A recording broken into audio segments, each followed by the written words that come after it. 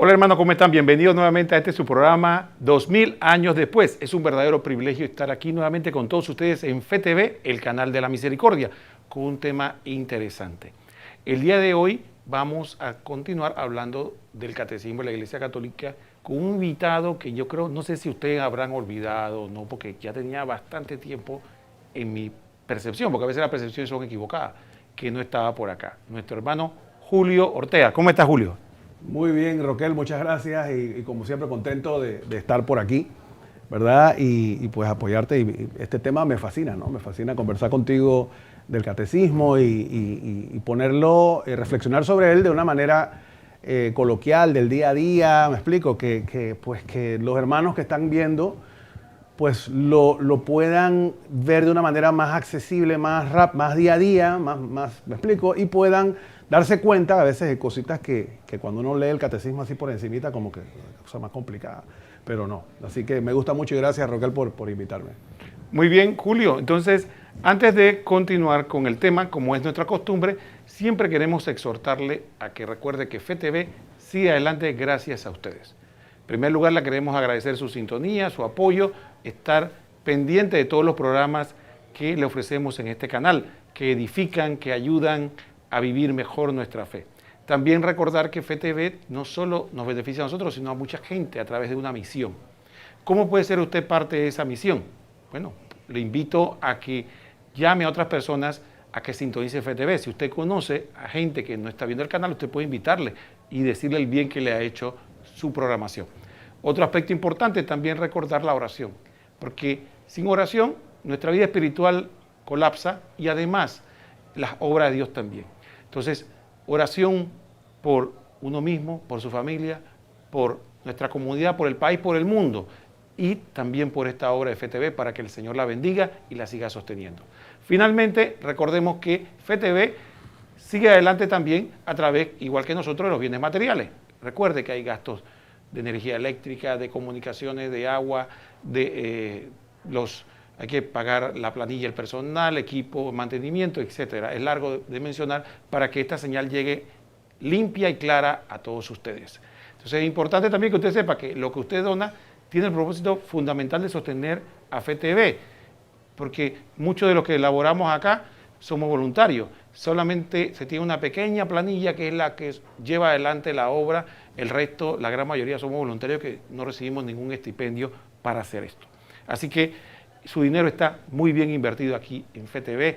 ¿Y cómo usted puede colaborar? Bueno, puede hacerlo a través de los 3 bancos a los que tenemos nosotros cuenta, que se llama Fundación para la Educación en Televisión, FETV.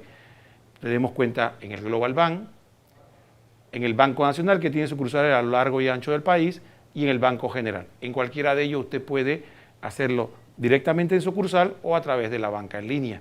También recuerde que aceptamos Visa, Clave o Mastercard. Finalmente, recordemos siempre, para los que tienen cuenta en el Banco General, puede hacerlo de la manera aún más sencilla, usando la famosa aplicación de Yapi. Todo lo que tenemos cuenta en el Banco General ya pagamos Yapi, le pagamos los plátanos al tiendero con el Yapi, le pagamos el corte de cabello, sea bueno o malo hay que pagarlo. Entonces también lo hacemos a través de Yapi. Y entonces, ¿cómo usted hace? Bueno, simplemente busca la aplicación dentro del Banco General, Yapi, busca no un número de teléfono como es costumbre, sino en el directorio, busca directorio y busca FETV05 y ahí puede hacer la donación que su corazón le dicte. Recuerde que el tamaño de su donación no es lo importante, sino el corazón con lo que usted lo dé. Y con muchas pequeñas donaciones hacemos una montaña de amor que sostiene esta obra. Dicho esto, vamos a entrar en materia. Le agradecemos a todos su paciencia de estar con nosotros. Julio, ¿dónde quedamos la última vez? Porque ya tengo tiempo que no te veo. Sí, bueno, yo también traje mis notitas para acordarme, ¿no? Pero bueno, estábamos viendo, en el último programa, estábamos viendo el numeral 385 del Catecismo, que es el inicio de un tema que tiene un nombre bien poderoso, bien impactante, digo yo, que se llama la caída, ¿verdad? Entonces, cuando uno escucha la caída, vienen muchas cosas a la mente, ¿no? Y evidentemente, pues esta parte del catecismo lo que busca es explicarnos un poquito más la raíz, el origen del pecado, ¿verdad? Cómo desde Adán y Eva, como quien dice, ¿verdad? Vinimos a heredar, pues, vamos a poner así, esa debilidad ¿verdad? Que lamentablemente pues nos domina diariamente. El católico debe estar siempre, el cristiano debe estar siempre luchando contra esas pasiones, contra esa debilidad que tenemos, esa falla, vamos a ponerlo así, no sé si es la mejor palabra, por ser humano, ¿verdad? Por ser criatura de Dios. Entonces, el programa anterior hablamos del 385 y se hablaba un poquito de que Dios es infinitamente bueno y todas sus obras son buenas, y resumíamos que pues podíamos con esa reflexión sacar de la mente que el mal podía venir de Dios, ¿no? Y estuvimos elaborando un poquito y hablamos que en esencia pues habían males naturales, había el sufrimiento, ¿verdad? Y el sufrimiento se da no solamente porque, no tanto por algo malo, sino sencillamente porque uno ama y uno sufre. Así que vamos a ponerlo así, que no pudiéramos decir que es precisamente como un mal, pero bueno, regresamos a los males naturales, terremotos, etcétera, pero que son necesarios para que este mundo, este universo siga funcionando. En el momento que esas cosas se detienen, esos movimientos de tierra, esas lluvias, esas tormentas, pues significa que el mundo o el universo se está muriendo. Necesita estar vivo, necesita estar en movimiento. Y hablábamos al final que pues el mal principal era el mal moral, que le llamamos pecado. Y precisamente Roquel en el numeral que sigue, que es el 386, inicia con una frase que dice: donde abundó el pecado, sobreabundó la gracia. Y la primera parte habla de la realidad del pecado y dice el 386, el pecado está presente en la historia del hombre y sería vano intentar ignorarlo. Entonces ahí nos vamos a quedar, no termina el numeral, pero hombre, vamos haciendo las pausas para ir reflexionando, ir saboreando cada punto. Entonces, y esto es una realidad. O sea, lo que está pasando en el mundo, me parece, Roquel, es que este mundo secularizado está buscando la forma de olvidar, ¿verdad? De ignorar, llamamos el pecado, de ignorarlo de muchas formas, de decir que eso que yo... Primero dan desde la idea de que eso es una cosa retrógrada, ¿no? Que el pecado es una cosa... ¿Tú de qué siglo vienes? Vienes de la Edad Media. Cuando hablamos de pecado, nos sentimos pues a veces atacados porque nos ven como locos, nos ven como fanáticos religiosos, pero es que no hay otro nombre para el mal moral. Cuando mis actos producen mal a otros, ¿verdad? Entonces, y ahí empieza. Entonces, la sociedad secularizada, digo yo, y todos sabemos que secularizado significa que ha querido sacar a Dios de su entorno, de su día, de su vida. Una sociedad secularizada es una sociedad que dice que, no, mira, aquí Dios es la iglesia, ¿verdad? Aquí vamos a hablar cosas serias y vamos a ponernos en el día a día, que es lo importante: economía, derechos civiles, derechos humanos, eso es lo importante. Entonces sacamos a Dios hasta de los derechos humanos. Entonces ahí viene el problema de esa distorsión que tenemos en la realidad.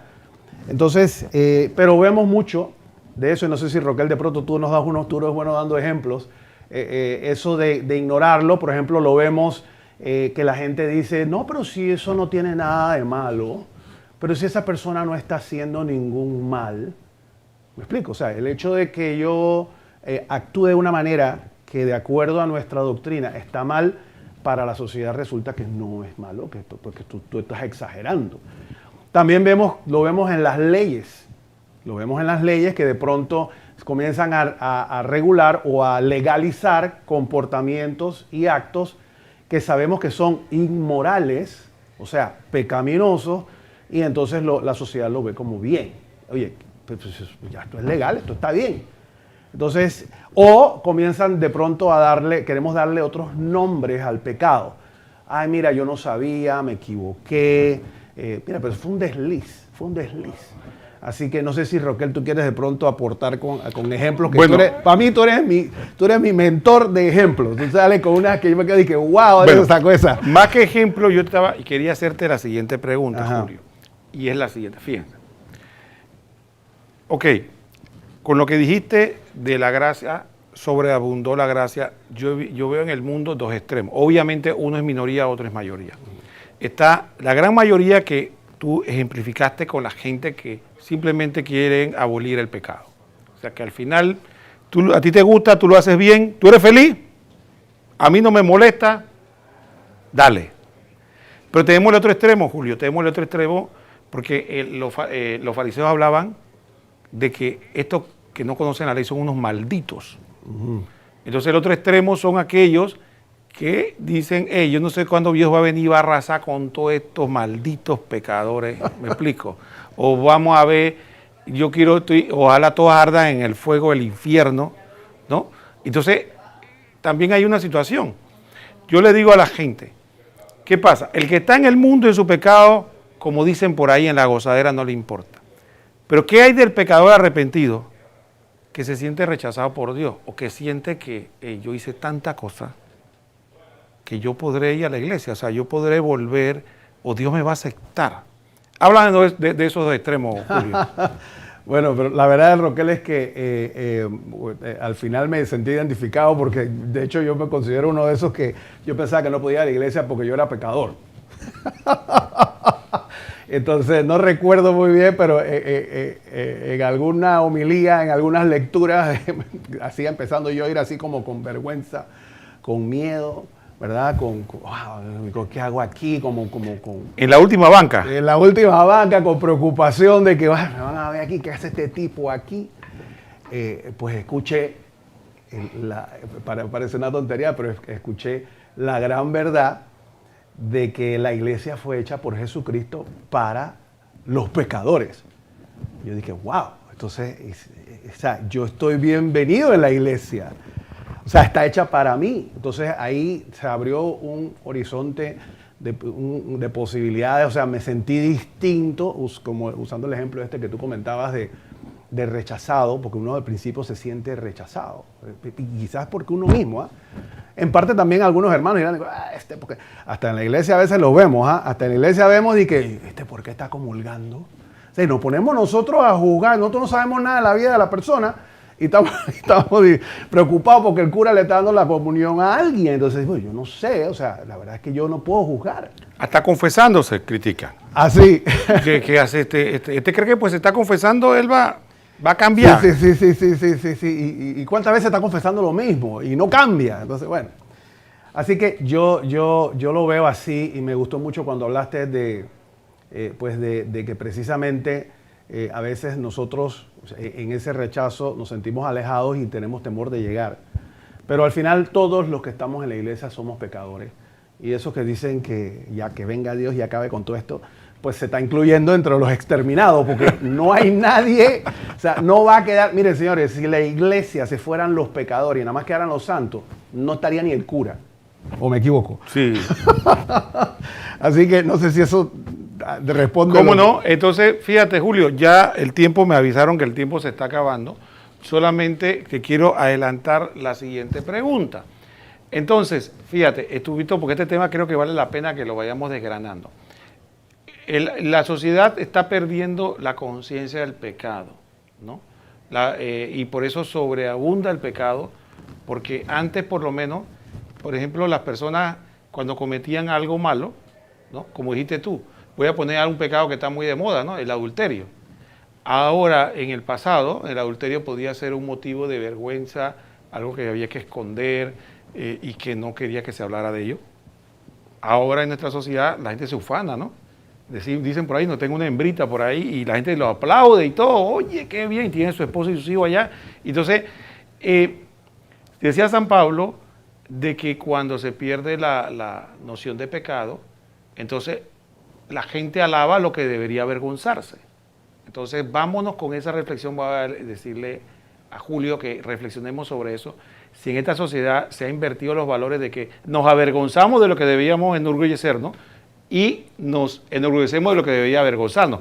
No se quede aquí, vamos a hacer la pausa y después volvemos.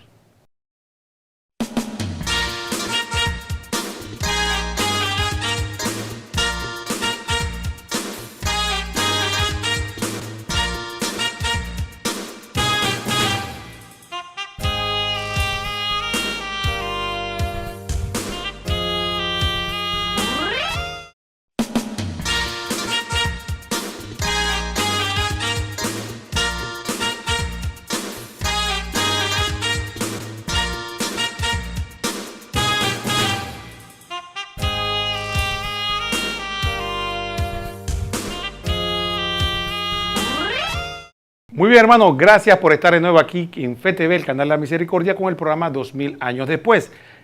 Dejamos con Julio con tarea. Hablamos de que la gente se siente orgulloso de ser adúltero, pero posiblemente, como dice Julio, tal vez se avergüence de ir a confesarse. Entonces, como que se ha invertido en los valores. ¿Qué está pasando, Julio, en este mundo? Bueno, es interesante el comentario, Roquel, porque casualmente preparándome para este programa, pues había un ejemplo que dio Monseñor José Ignacio Munilla y decía que, hablando de su héroe que es Chesterton, decía que el mejor amigo la persona más cercana con Chesterton fue un sacerdote que pues pareciera que tuvo que ver bastante con su conversión. Y cuando él se enfrascaba en este cotilleo, como dice en España, ¿no? en estas charlas existenciales, entre comillas, ¿no? A Chesterton le sorprendía, y esto es bien importante, que un sacerdote supiera tanto de la vida.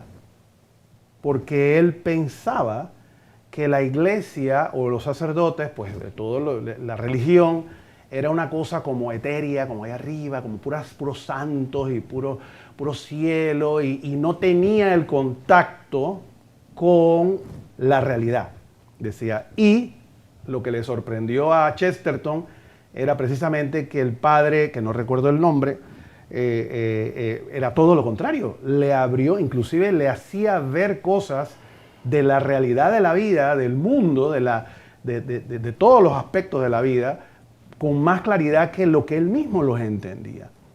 Entonces, ¿a qué conclusión llegamos con esto? Que en la medida, pareciera extraño, pero en la medida en que usted esté más alejado de Dios, esto es interesante, en la medida que usted esté más alejado de Dios, de la iglesia, de orar, de leer diariamente la palabra, de buscar lecturas o audios relacionados con su fe, con su doctrina. A la medida que usted se aleje más de eso día a día, a usted le va a parecer más normal todo lo que está pasando en el mundo. Es más, le va a parecer hasta como correcto. Le puede parecer hasta justo. Oye, pero sí, vamos a hablar, por ejemplo, de una noticia que nos conmovió hace unos días, el tema de la Corte Suprema, donde formalmente ratificaba que el matrimonio es entre un hombre y una mujer. Entonces, pues los medios de comunicación me han comentado, porque no los veo, a excepción de FTV, ¿no?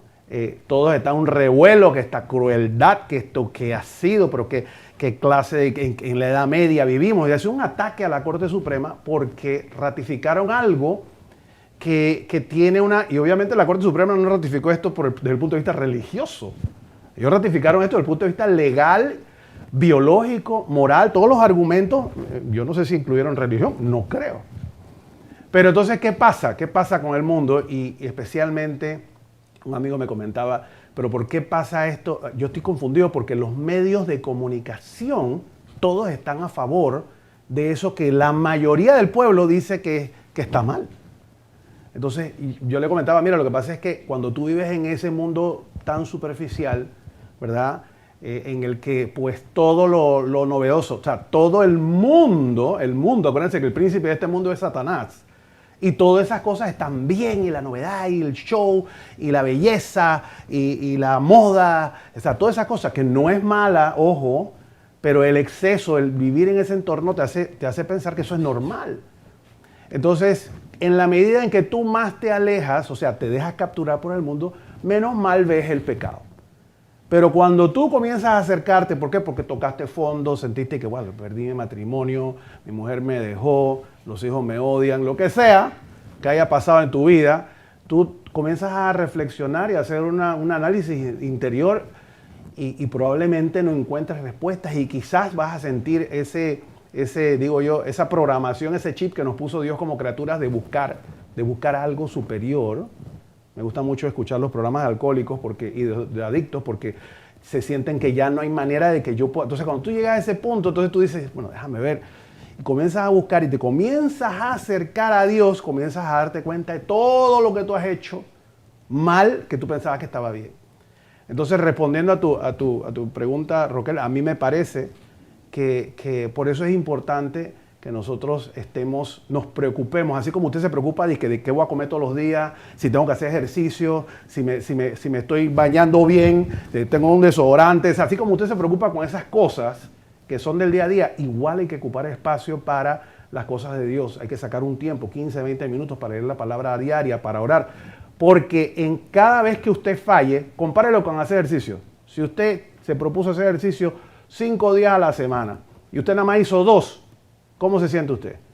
Entonces, algo está faltando, usted comienza a ver los resultados en su cuerpo. Entonces, de la misma manera, usted tiene que incluir las cosas de Dios en su vida como parte de su vida, como una rutina, como un hábito, para irse acercando a Dios cada día y darse cuenta y tener más claro qué es lo bueno y qué es lo malo, qué es lo correcto y lo incorrecto, qué es lo que me está haciendo daño y a quién le estoy haciendo daño. De hecho, Roquel, y te paso la palabra, incluso en el mundo profesional, el mundo de negocios, hay, por ejemplo, una corriente de trabajo, de equipos de alto desempeño que se llama agilismo, ¿no? Y el agilismo es una, no quiero decir una novedad, pero es algo que se ha descubierto y que muchas empresas que están en transformación organizacional, en cambios tecnológicos, etcétera, quieren resolver problemas, sienten que están perdiendo negocios, sienten que los clientes ya no quieren sus productos. O sea, todas esas organizaciones están moviéndose hacia la agilidad para pues encontrar la solución, porque ya la forma que hacían las cosas hace años atrás ya no funciona, entonces requieren otro proceso. Y el primer punto, Roquel, el más importante para poder tener un equipo ágil o para poder liderar un equipo ágil es que usted se dé cuenta, usted qué está haciendo mal. O sea, en agilismo no dicen ni que no, es que fulano no sirve, hay que botarlo. Y este hay que reemplazarlo, vamos a buscar otro. No.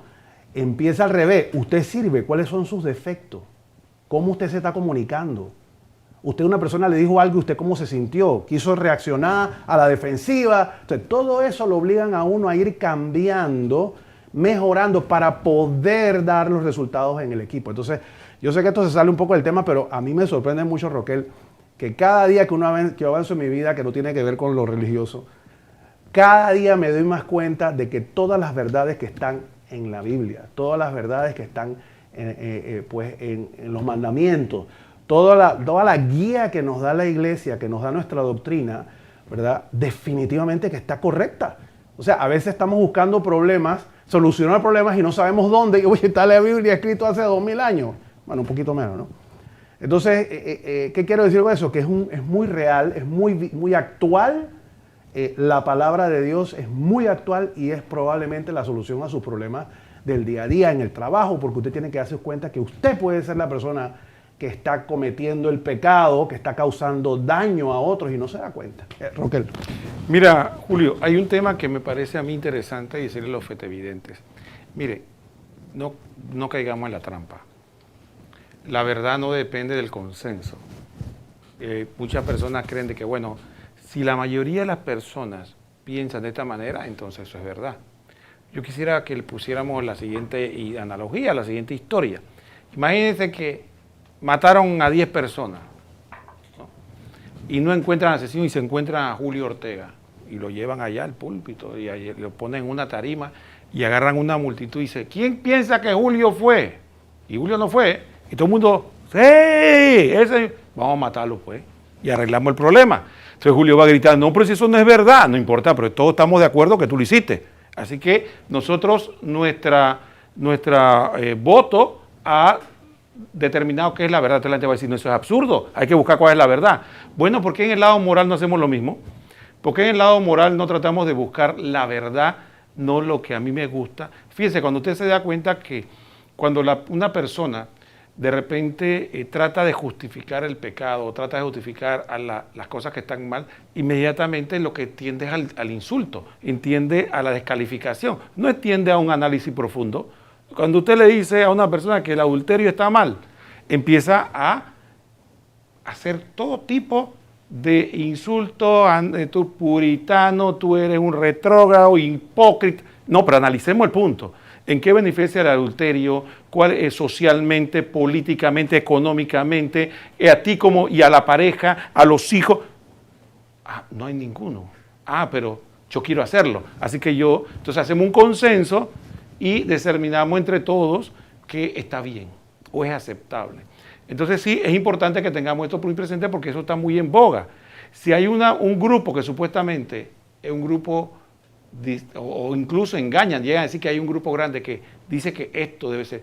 En el fallo, Julio, de la Corte Suprema, una de las cosas que yo leí del fallo decía que la Corte no puede crear derechos. La Corte, o sea, que no es que el día de mañana Julio Ortega dice, mira, un derecho humano es que todo mundo deje de usar ropa interior. Es un derecho humano. Entonces, ven acá, espérate, eso no es un derecho humano. No, pero es que yo quiero y voy a un grupo de presión y tumbo puertas y cierro calle y hago esto y lo otro, hasta que yo consigo que lo declaren un derecho humano. Entonces, ahí vemos ejemplos de lo que es el pecado que Dios nos reveló, lo que la sociedad dice. Julio. Sí, no, y escuchándote, Roquel, definitivamente me doy cuenta, como dice el catecismo, que el pecado tiene mucho poder, o sea, tiene mucha fuerza. O sea, cuando llega un momento en el que, como tú ponías en el ejemplo, que la mayoría considera algo correcto y ya es correcto, o sea, mira la fuerza que tiene el pecado. Y me acuerdo también, bueno, en ese momento con esta palabra que acabo de decir, me acuerdo de la secuencia de Pentecostés, creo que es.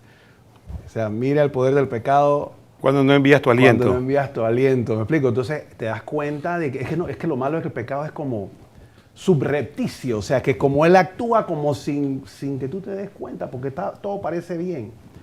Entonces, yo creo que siguiendo la línea de lo que comentaba Roquel, yo creo que al final el poder del pecado y nuestra respuesta hacia él es que cuando aceptamos, tú decías, hablabas del adulterio, de que eso está mal, por decir algo, ¿verdad? En ese momento nos vemos cara a cara con la realidad. ¿Me explico? Nos sentimos como quien dice, vemos el alcance de nuestros actos. O sea, nos damos cuenta del daño. O sea, cuando tú te das cuenta, y por eso hay que estar cerca, conectando con lo que habíamos dicho anterior, porque si yo vivo en el mundo alejado de Dios, alejado de mi fe en general, evidentemente me va a ser mucho más difícil, está comprobado, darme cuenta del error. Pero creo que el principal poder del pecado es que yo no me quiero dar cuenta de que eso está mal. O sea, a mí no me conviene aceptar, no, y esto no es una cosa consciente, esto es un mecanismo de defensa humano normal de que yo no puede ser. Pues sí es, ¿no? Que al darme cuenta que yo estoy pecando y estoy actuando mal, de que eso no es correcto, de que en realidad eso es malo y le está haciendo daño a la gente a mi alrededor y a mí, que es lo peor, te está haciendo daño a ti. Entonces, en ese momento veo el alcance, veo las consecuencias de todo lo que yo hago, todo lo que he hecho, todo lo que quería hacer. Entonces, ese encuentro le produce a uno un mecanismo de autodefensa y dice, no, es que no quiero aceptar eso, no puede ser. Eso no. Entonces, yo creo que esa es una barrera que solo se puede sobreponer, solo puede sobrepasarla si estás cerca de Dios. Para eso está la iglesia, ahí nos damos cuenta que tú tienes la iglesia te da los caminos para poder sentir que eres bienvenido y que realmente eso que te pasa a ti le pasa a todo el mundo. O sea, el problema aquí principal es que tú no quieras aceptarlo ni te des cuenta, Roquel.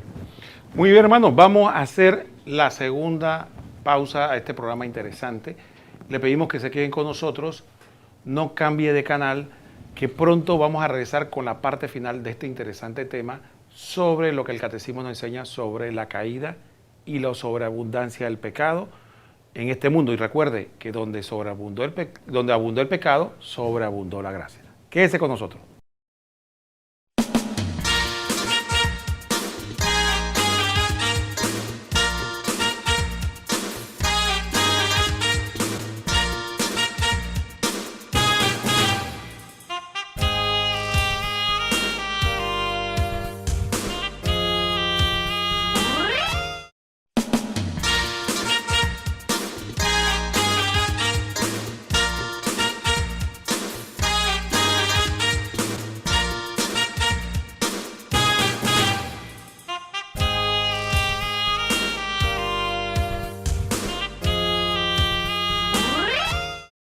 Muy bien, hermanos, estamos de vuelta en este su programa 2000 años después con el tema El Catecismo de la Iglesia Católica con Julio Ortega, y estamos con la caída. Estuvimos hablando acerca de la sobreabundancia del pecado en el mundo y la mentalidad que eso crea en el mundo. Julio hizo un comentario que me pareció muy interesante y es el siguiente. Él habla de que el pecado tiene mucho poder, pero que también que el pecado se maneja de manera deslizante, suave. Y usando el tema del adulterio, porque yo pienso que es un tema bastante universal. Fíjate que, Julio, que el adulterio no nace de un día a otro. No es que dos personas se encuentren y dicen, vamos a ser adúlteros, ¿qué te parece? Y dice, sí, vamos. Eso no funciona así. Eso es un proceso, todo un proceso. O uno está casado o ambos están casados, se van conociendo, hay atracción, hay ojos, hay piropos. Vamos a tomar un café, que eso no tiene nada de malo. Sí, vamos a una cena, no tiene nada de malo, ¿no? O un almuerzo de compañeros de trabajo, eso no tiene nada de malo. Fíjate, Julio, que para hablar, como dicen aquí a calzón quitado, eso no crea que solo pasa allá, como decimos nosotros, en el mundo, en la iglesia. Yo he tenido conocimiento de movimientos de pareja, de que tienen problemas y se forma el escándalo, porque va el marido a ayudar a la esposa del otro en situaciones. Yo quiero hablar contigo porque mira que tengo... Y va el hombre de consejero y termina de amante. Entonces sí, ocurre, no vamos a llamar ni a la hipocresía, ni a la mendicidad, ni nada por el estilo. Es así, porque el pecado actúa, como muy bien lo pone la Escritura, como una serpiente. Por eso es que tenemos que estar alerta. Nosotros no podemos creer que somos más astutos que el pecado, nosotros tenemos que unirnos a Dios. ¿Qué tú piensas de eso, de esa habilidad? Me parece muy claro. De hecho, el Catecismo, continuando para terminar el punto, habla de que, por ejemplo, déjame ver que se me perdió, aquí, sería en vano intentar ignorarlo o dar a esta oscura realidad otros nombres. Por ahí va la cosa. Y continúa y dice, para intentar comprender lo que es el pecado, dice el 386, ya cerrando, es preciso, en primer lugar, reconocer el vínculo profundo del hombre con Dios. Entonces, como bien comentaba Roquel, y voy a apoyarme en lo que comenté hace un rato, en la medida en que yo esté alejado de Dios, más difícil me va a hacer identificar eso que nos parece malo, ¿ah? No tiene nada de malo. Oye, vamos a ver una reunión de trabajo, vamos a hablar de trabajo, ¿no? Entonces no pasa nada. Entonces, en la medida en que yo me aleje, va a serme más difícil identificar esas cosas. Y por eso yo siempre pienso que, considero pues, que la iglesia es muy sabia al darnos los mandamientos, que son tan sencillos. La lista de pecados capitales es tan sencillo. Es un tremendo, un checklist, es un checklist bien fácil. Y yo creo que en el que todos fallamos, me incluyo por supuesto, es en el primero. Amarás a Dios sobre todas las cosas. Eso significa que amarás a Dios sobre tu familia, sobre tu esposa, sobre tus hijos. Primero Dios. Entonces, ya ahí, muchos de los que de pronto, evidente que estamos aquí, no lo habíamos visto de esa manera. Espérate, ¿cómo así? O sea, que Dios quiere que lo ame el primero antes que a mis hijos. Sí. Porque si yo invierto ese orden, ya me va a costar. Es que no solo eso, Julio. Cuando tú inviertes el orden, tú destruyes lo que dice que amas. Correcto. Mira, ese es el punto fundamental del asunto. No se trata de un amor egoísta, de que Dios diga, yo soy el guapo de la película y tú dices, amame a mí porque yo soy el mejor. No, es que la experiencia está que cuando tú no amas a Dios primero, lo que tú dices amar lo destruyes. Correcto. Mamá, papá, hijos, esposa, lo destruyes, porque al alejarte de Dios, el pecado se encarga de destruir las cosas, ¿no? Entonces, y eso es bien importante que lo tengamos presente, lo que Dios está tratando de... me gustó esa última frase porque precisamente eso es lo que nos hace pensar. Mira, Julio, yo le voy a poner el siguiente ejemplo. Miren, Julio, ¿qué te parece este ejemplo? ¿Qué dice? Mira, imagínate, Julio, ¿qué carro tú tienes? ¿Gasolina o diésel? Gasolina. Gasolina, ¿no? Imagínate que tú vas allá a la estación de combustible y el que despacha el combustible te dice, hey, señor Julio, ¿qué le parece si yo le echo diésel? Tú sabes que el diésel es más fuerte, más económico, Exacto. le va a ayudar a usted a que le va a rendir más. Y tú vienes y le haces caso y le echas diésel, ¿no? Entonces cuando el carro te empieza a fallar, ¿no? Tú vas a buscar al bombero y el bombero no está ni por ahí, se fue, se desapareció. Entonces tú llamas al fabricante y el fabricante te va a decir, ¿quién te dijo a ti que tú tenías? ¿Tú sabías que el carro era gasolina? Sí. ¿Y por qué echaste diésel? Ah, no, es que el bombero me dijo. ¿Quién te dijo que le hiciera? Tú me hubieras preguntado a mí. Entonces es igual con Dios. Dios nos fabricó y nos dijo, mira, usted tiene que funcionar con gasolina. Y viene el diablo y dice, no, hombre, si usted usa diésel o agua, échale agua al tanque para que vea. Entonces, después que buscamos al bombero que nos dijo eso, ya no lo encontramos, pero que estamos el desastre, vamos a preguntarle a Dios que mire, porque mire, el carro se dañó. ¿No? Entonces, pero si yo te dije que es lo que tenías que hacer, Julio. De hecho, me estaba recordando una frase del próximo punto que tendremos que ver en el próximo programa. No sé si de pronto tú me ayudas si la conoces o la recuerdas, que el pecado tiene dos fases, ¿no? Dos facetas, dos caras. Adversio a Dios, o sea, rechazo a Dios, o y conversión a las criaturas. Conversión a las criaturas, o sea, amor a las criaturas. Hermano, estoy hablando en latín. Yo hasta que me ruborizó. No, para que vea que me acordé. Entonces, eso me impactó tanto porque es lo que tú comentas. Ya, precisamente, al final, si yo amo a las criaturas, ¿verdad? Indirectamente estoy rechazando a Dios.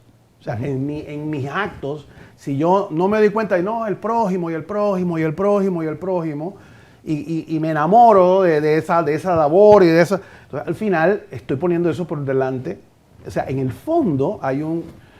No quiero decir rechazo en el sentido directo de que no, que yo soy ateo. No.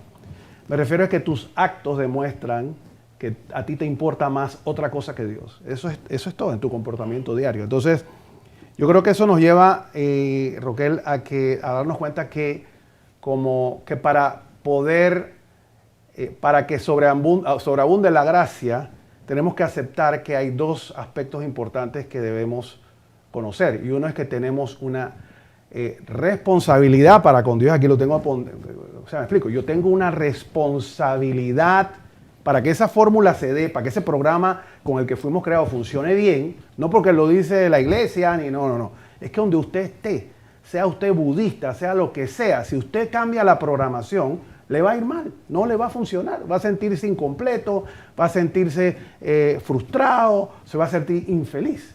Entonces, no importa dónde esté, vamos a regresar a la iglesia. Entonces, en la iglesia usted tiene que darse cuenta que usted tiene una responsabilidad para con Dios. O sea, yo soy criatura, y eso me lleva a darle su espacio a Dios en mi vida todos los días. Si yo ese espacio no lo lleno, lamentablemente me voy a ir sintiendo infeliz. Y voy a ir buscando otros dioses. Voy a ir buscando el dinero, el trabajo, lo material, la belleza, me explico, me voy a desviar porque voy a perder el norte, porque estamos programados, como dice Roquel, fuimos diseñados con que tenemos que adorar a Dios. Y si lo rechazamos o lo sacamos de nuestra vida de diaria, sencillamente vamos a buscar otro Dios. Eso es natural, vamos a buscar otro Dios. Esa es la primera. Tenemos una responsabilidad para con Dios. Y la otra faceta que es tristemente conectada es que tenemos una dependencia con Dios. O sea, tenemos una dependencia de Dios. Nosotros sin Dios no somos nada. Sencillamente, cuando usted tiene fuera de su vida a Dios, usted siente que este universo no tiene sentido. Usted siente que usted no tiene propósito. Comienza a buscar la felicidad y no la encuentra en ningún lado. ¿Me explico? Entonces, yo creo que el darnos cuenta de que tenemos una responsabilidad para con Dios y a la vez una dependencia para con Dios, una dependencia de Dios, nos va a permitir darnos cuenta de qué está bien y qué está mal. Nos va a facilitar el discernir, que es una de las series de catequesis del Papa Francisco en los últimos días, esa necesidad de aprender a discernir. A veces hablamos de discernimiento y pensamos nada más en lo que están pues estudiando para diáconos o sacerdotes, ¿no? O sea, no. Todos tenemos una responsabilidad de aprender a discernir. Para darle forma o amarrando pues finalmente los comentarios, yo creo que es importante resumir que definitivamente hay una responsabilidad que tenemos con Dios. Hay que encontrar esos espacios para nuestro propio bien. Y también tenemos una dependencia, o sea, el darnos cuenta de que esos espacios lo tenemos que dar porque es para nuestro beneficio, nos damos cuenta que tenemos esa dependencia, que sin Dios no somos nada. Entonces, yo creo que es importante decir que olvidar esa relación es lo que nos ayuda, esas dos facetas de esta relación nos hace que perdamos esa conexión con la realidad de qué es el pecado y su alcance. Y quiero cerrar cerrando el numeral que dice precisamente el 386, dice, porque fuera de esta relación, el mal del pecado no es desenmascarado en su verdadera identidad de rechazo y oposición a Dios, aunque continúe pesando sobre la vida del hombre y sobre la historia. Entonces vemos que el catecismo concluye ese 386, todos lo estamos explorando un solo numeral aquí, concluye dándonos pues ese resumen. Fuera de entender esta relación que existe el mal del pecado, no puede ser desenmascarado en su verdadera identidad de rechazo y oposición a Dios. O sea, el pecado es un rechazo y oposición a Dios. Roquel. Hay dos preguntas, mira. Eso como a tiro de cañón. Ya, la vida. Hay dos tendencias que yo veo. Una es aquel que dice, estamos hablando de este mundo de pecado, él está pecando, pero él es amigo de Dios. Dios me ama. Pero hay otra tendencia también, que yo digo que es más sinuosa, que es aquella en la que la gente dice, yo peco, pero yo me creo una espiritualidad. Hay gente que es habla de espiritualidad con el universo. Dice, yo soy una persona espiritual, yo me uno al universo, al cosmos, medito y soy una persona espiritual, pero al final la definición de pecado la doy yo. Lo que a mí no me gusta, eso es pecado, lo que me gusta no lo es. ¿Qué me dice al respecto? Bueno, que precisamente es una falla en nuestro discernimiento, que era creo que también lo que estábamos comentando hace un ratito, ¿no?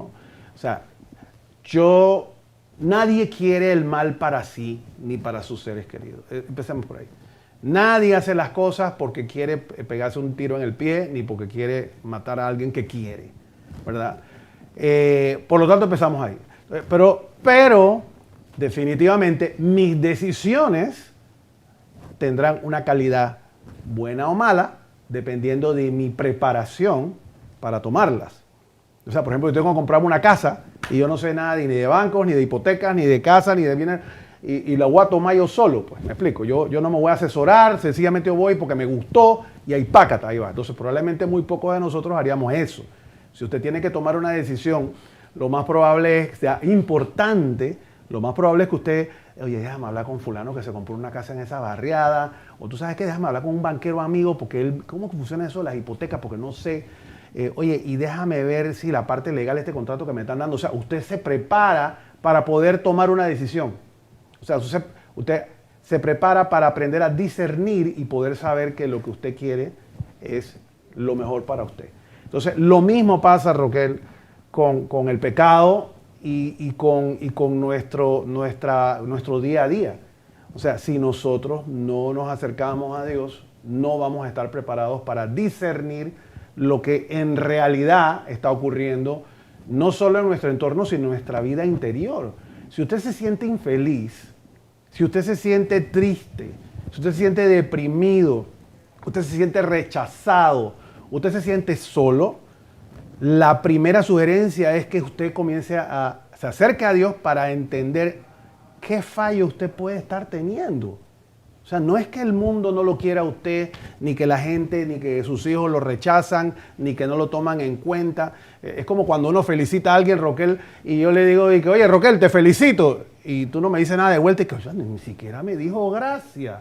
Ah, usted está felicitando porque usted quiere recibir algo. O sea, cuando usted, eso son esas sutilezas las que hacen que al final uno se aprenda a darse cuenta de que si yo doy algo, lo estoy dando sin ningún deseo de retribución. Yo conozco un montón de gente, Roquel, que se siente mal porque dio un regalo y no le dijeron nada.